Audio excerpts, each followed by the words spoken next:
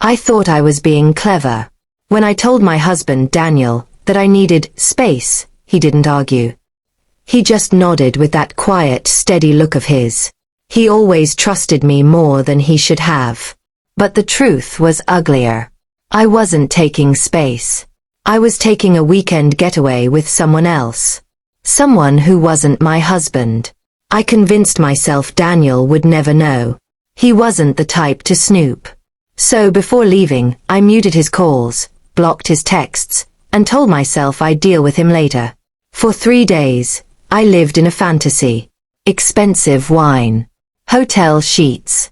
Whispered promises from a man who didn't have my husband's tired eyes or calloused hands. I laughed too loud. I pretended to be young again. I thought I was untouchable. But when the weekend was over and I finally walked back into our house, suitcase in hand, something was wrong. The silence was too deep. No hum of the coffee machine Daniel always left on. No faint sound of the radio in the garage. Daniel.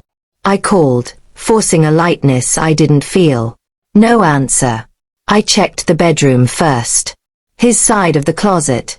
Empty. The drawers where his t-shirts had been, pulled out, bare. My stomach dropped. I ran to the kitchen. On the counter, a single envelope waited with my name written in his firm handwriting. Hands shaking, I tore it open. Inside was a single sheet of paper. His words were short, but they cut deeper than anything I'd imagined. I gave you my loyalty. You gave me lies. Don't look for me. You won't find me. I sank against the counter, my knees weak. He knew. He knew everything. I grabbed my phone and unblocked his number. My calls went straight to voicemail. My texts showed as delivered but never read. Panic clawed at me. I drove to his office. His desk was cleared.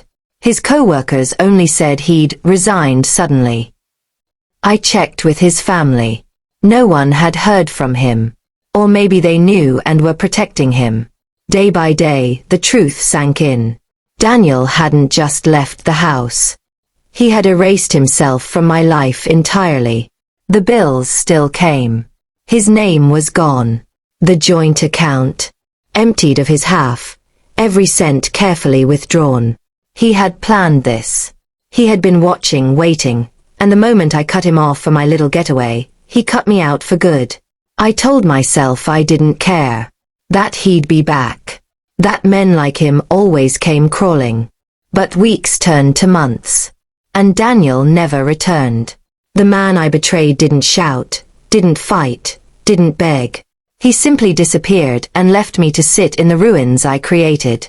And the cruelest part. Every night, as I lie in bed staring at the empty space beside me, I can't decide what hurts more, losing him, or knowing he'll never give me the chance to apologize.